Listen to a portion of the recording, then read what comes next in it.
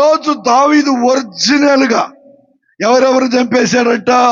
సింహాన్ని చంపాడు, ఎలుకబంటిని చంపాడు, ఫిలిష్తీయుని చంపాడు. మరి ఈ దినాల్లో మనం ఏం చేయాలంటే, మనలో మనతో మన దగ్గరే ఉన్నటువంటి, అర్థమవుతుంది నా మాటలు, మనలో మనతో మన దగ్గరే ఉన్నటువంటి సింహం యొక్క స్వభావాన్ని చంపేద్దాం గాక, ఎలుకబంటి స్వభావాన్ని చంపేద్దాం గాక, ఫిలిష్తీయుడి స్వభావాన్ని చంపేద్దాము గాక.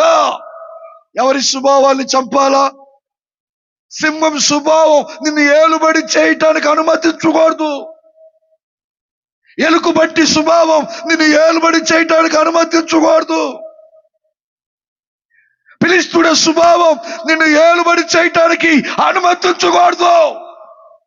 నువ్వు 3 మెట్లు ఎక్కలేకపో